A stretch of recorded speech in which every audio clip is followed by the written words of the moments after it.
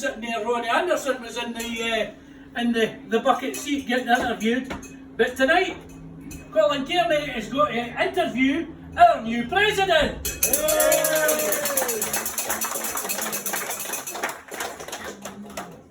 Ladies and gentlemen, and Moes.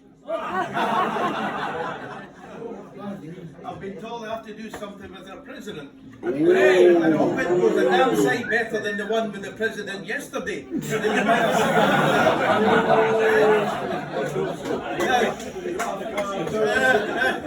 Now, as you know, the Yanks have got Donald J. Trump. Well, we've got Brian J. Collins. They're every bit as good as them, eh? Better. They're crap at Speedway as well. They were good at one time. Yeah. So, I'll take my specs off. So, we're going to do a bit of history of Brian Collins' Speedway career, and we'll put some questions in here as well, and then at the end, feel free if there's any other questions you want to ask, just as usual. Now, this guy actually had a very good Speedway career, in fact, better than very good. I think when you look at it, there's such a varied career. So, Brian John Collins, born in Edinburgh, 13th of May, 19... That's 48. He's only about 7 weeks younger than the Monarchs were when they were formed, so it's Edinburgh through and through, but we're a mixture of other clubs as well. So, Brian started in 1966 at Meadowbank with the Monarchs. Spent 2 years there, moved on to Coatbridge with the Monarchs, 68, 69. Then went down to Wembley Lions, 70, 71. Coal Pirates, 72, 73. Did you only stay 2 years in track, right?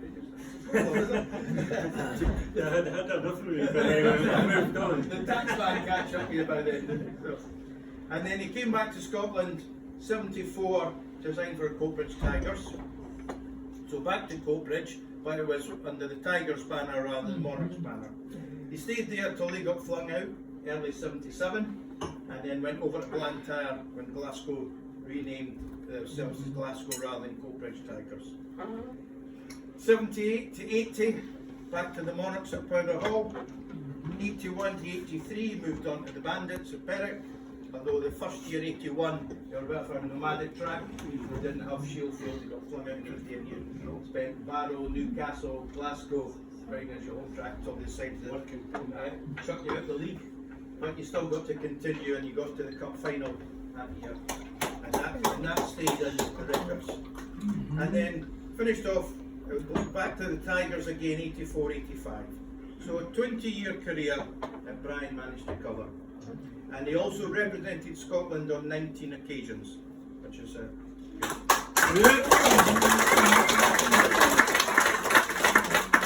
His statistics are very good as well for those 20 seasons. And without going through everyone, I've broken them down into his British League career and his British League and National League career, and they're very impressive statistics. So from 66 to 73, he rode in 224 British League matches, scored 1,223 points for a 5.69 calculated match average, and scored one maximum and one paid maximum. But it was when he really dropped down in the second division, was then 74 to 85 that his figures come into their own. 433 matches, 3,403.5 points. Match average is 7.27. 25 full maximums and 14 paid maximums. So if you want this complete record, 659 matches, 26.5 points, 6.77 average. Not bad, Brian.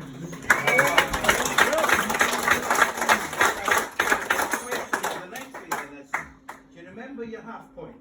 No. 1981, you're riding for Berwick at Boston. Cup tie, 27th of September 1981. Heat 6, and it was a third place dead heat with David Gageham. And he wasn't a bad rider back then around Boston either. So that was where your half point came from. But he also had quite a good career for individuals, especially.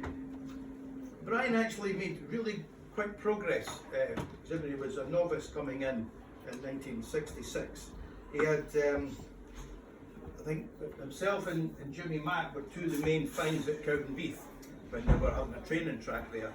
And it was funny how the pair of them actually came up quite a lot and they appeared together. So as far as individual concerned, he first appeared in the Superbike Championship in Edinburgh. And this was on the 25th of June, because considering he only started in April properly on the track, he scored 1 point in the qualifying round at Edinburgh, and on the 8th of July at Glasgow he scored 3 points. So not brilliant, but for a young lad starting off 4 points against quite good company was fair going. In 1967 you were the Scottish Junior Champion, winning it in the last ever meeting at Old Meadow Bank. 1971, he won the Invitation Best Pairs with Bert Harkins at Wembley. None of that. 1972, Rhodesian Open Champion. 1972, Bulawayo Best Pairs with Tom Ledbetter. 1975, Scottish Championship winner at Coatbridge. So you're a Scottish champion as well. And then also in 1975, he won the championship of Strathclyde at Paisley. That's not bad going. Now there was one other major championship in 1975 as well, held at Wembley, the National League Riders Championship. Brian won his first 4 races, went into Heat 20, only needed a second place to become the National League Riders Championship. And in that race were Les Rumsey, Joe Owen, Brian Clark and Brian Collins. And the silly fool, so he's sitting behind Les Rumsey, trying to pass Les Rumsey, and fell off. Right? But he had announced to get back up on his bike and continue, and Brian Clark fell on the last bend, so Brian got a third. So that gave him 13 points, the same as Laurie Etheridge, who Brian had beaten in Heat 11. So he went to a run-off for the National League Riders Championship. Now I think there's some jiggery pokery that Brian told me. As they had level points, Brian had beat Etheridge. Brian should have got to choose the coin toss for the run-off at the gates, but they didn't. These southern bastards gave Laurie Etheridge the choice. And of course he picked the outside gate. He makes the gate, cuts across Brian, knocks Brian off. And Laurie Etheridge went on to win it that year. And Brian was left standing on the centre green watching Laurie Etheridge do 4 laps. But we'll get on back later. So he also appeared in the National League Riders Championship in 1976, 6 points. Also in 1976, he challenged Joe Owen for the silver helmet. Now, Joe Owen was the top man in the league that year and was, over 11-point average. And he held the silver helmet from the start of the season to the end of the season to Joe Owen. And in all 31 races that Joe Owen contested for the silver helmet that year, he only lost 5, and Brian was one of them that beat Joe Owen that year. Well done. He won the Scotianapolis as well at Coatbridge in 1976. And the 1977 National Riders Championship wasn't a good year for him. He only scored 3 points down at Wimbledon. And in 1977, you were the Scottish Best Pairs Champion with Benny Rourke.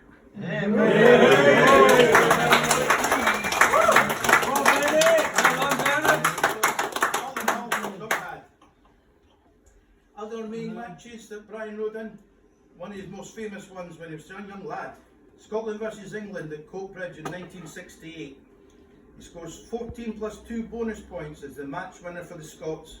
He won all his races after the interval as Scotland recovered from a 4-point deficit to win by 16. 1971-72 closed season, Brian decided he would move to warmer climes for the winter and went to Rhodesia, riding for the Salisbury Monarchs. Now, before he went there, he was having an idea that his carburetor might have to be changed because of the the higher temperatures and the altitude it was going to be racing at. So he tells a story. I think you went down to the guy who some Lawton.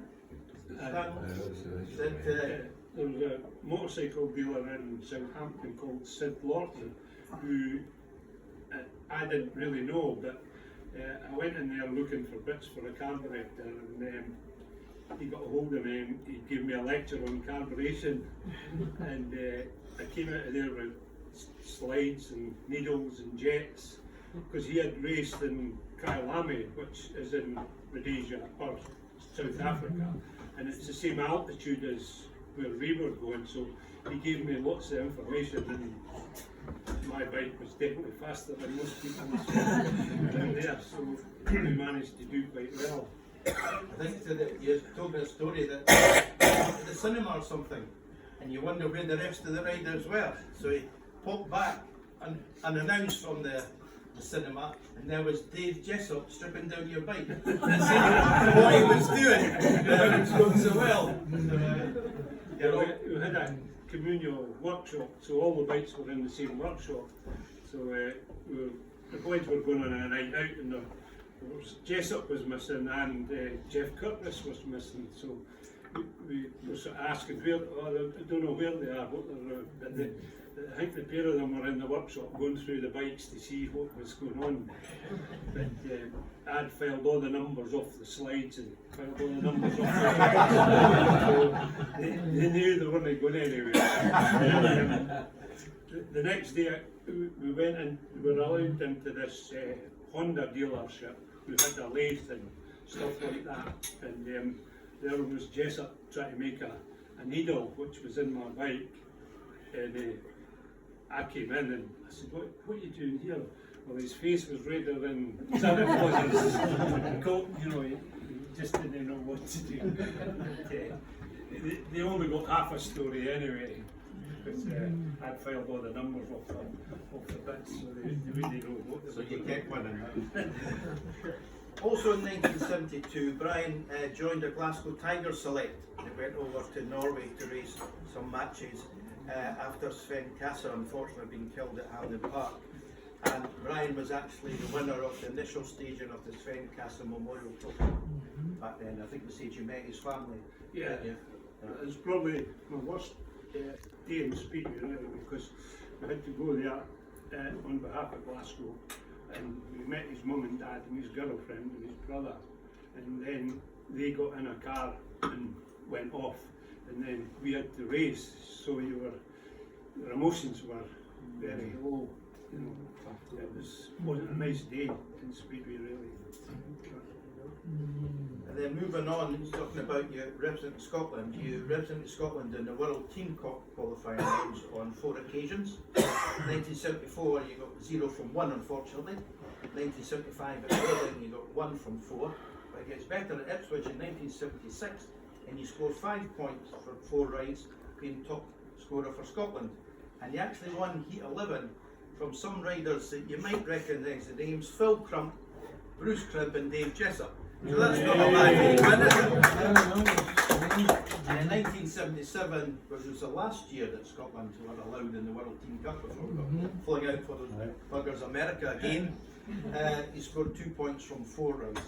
And in fact, it's a pity that Bobby Beaton can't be here tonight, because otherwise we'd have had the full Scottish lineup from that last World Team Cup. It was Brian, Jimmy, Mac, Bert and Benny was at reserve.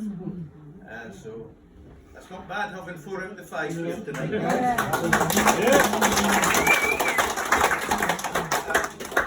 In 1977, obviously, when Glasgow moved to Blantyre, the first match was held against Crayford on the 8th of July 1977, and you won the very first heat, official heat at that stadium, where you beat riders, your partner Jimmy Gallagher and a guy called Laurie Etheridge. You got on that thing. He also finished plump last in the very last race at Blantyre. Sorry, what was that, Jimmy? Jim.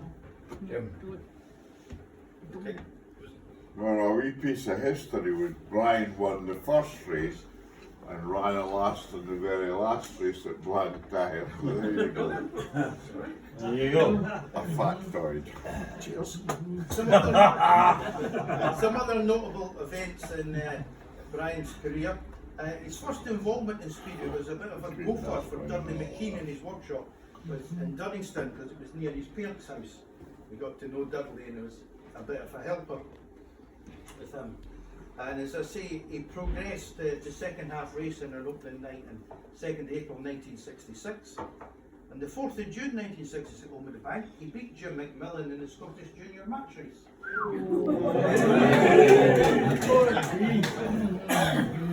And then, just to show his gratitude to the guy that helped him in the Speedway, and West Ham arrived short-handed at Meadowbank on the 9th of September 1966.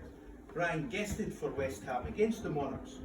He scored 2 points, and who did he beat? Dudley McKean. That was a good way of thanking the guy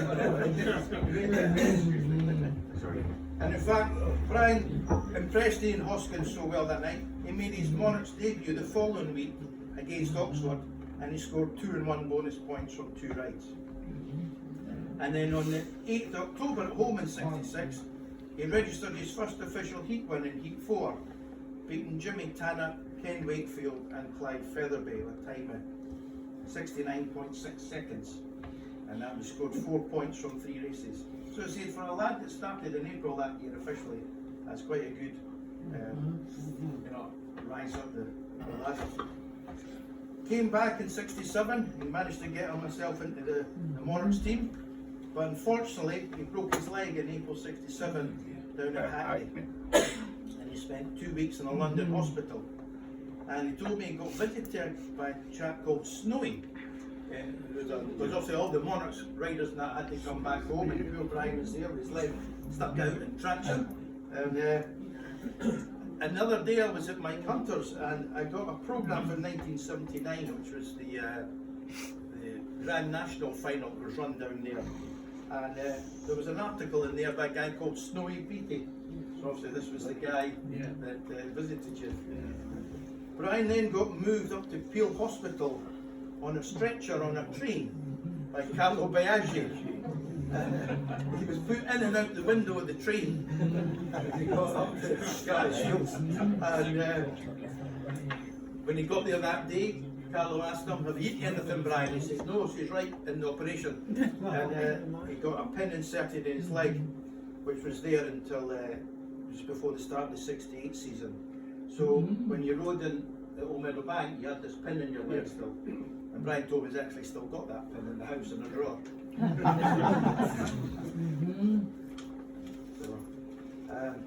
So, as I say, after the Monarchs, Brian went down to Wembley. And I think that was, as you said, one of your highlights of your career. Yeah. One of the questions I did get from Mike about this was, when you're with Wembley, what was it like riding with guys like Ovi Funden, Gordon Norden, Sver Hardfelt, being on the same team as them on the same side of the pits? Yeah, it's quite an honour really, and a learning curve, you know, because I was still learning my trade, as it were, you know. Yeah. But I remember one night I was Funden's partner, and I managed to get out the start in front of him, and I was in front of him for 3 3/4 laps.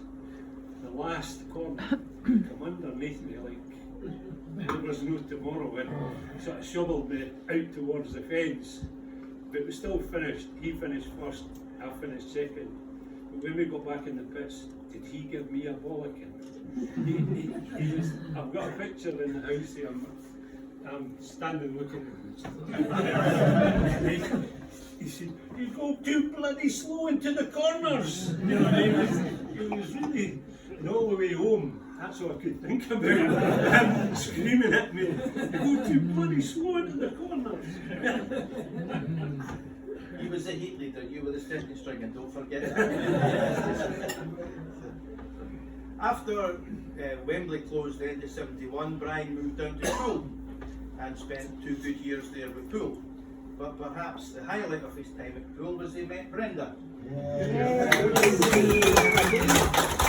on the beach when you were water skiing. So was it the sun-tanned Adonis in his boots that attracted you? The young Brian? I just thought he had a funny accent.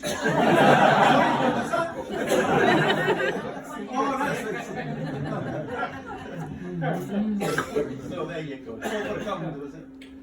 No, well, just right place at the right time. And I also believe that you sometimes used to spend too long on the beach when you were due a Speedway match, is that right? And you'd be turning up 5 minutes to go, straight off the beach, right to the match at pool. So. In 1974, Brian decided it was time to return back home to Scotland, because he was opening up his garage career with Brian Murray, and thought it'd be better if he was up here most of the time. And as I say, it was Coatbridge Tigers, but it could have been Berwick, but he couldn't agree with terms with Mrs. Taylor. We should driving a hard bargain with you. Well, somebody was. You want to get that extra half-pence a point, eh? Could have been me. So I say, but Brian returned back up, and he married Brenda on the 6th of July 1974. And I hope that's right. Brian gave that. And he convinced you that Scotland was the place to be from there on, was it? Well, yes, he's twisted my arm. And as I say, he was concentrating more on his garage business. And The control board. not long after that, they built new premises. And there was a certain man in the room that actually gave him most of his material, Ronnie Anderson. You know, the material to build his garage with. Got some other questions for you?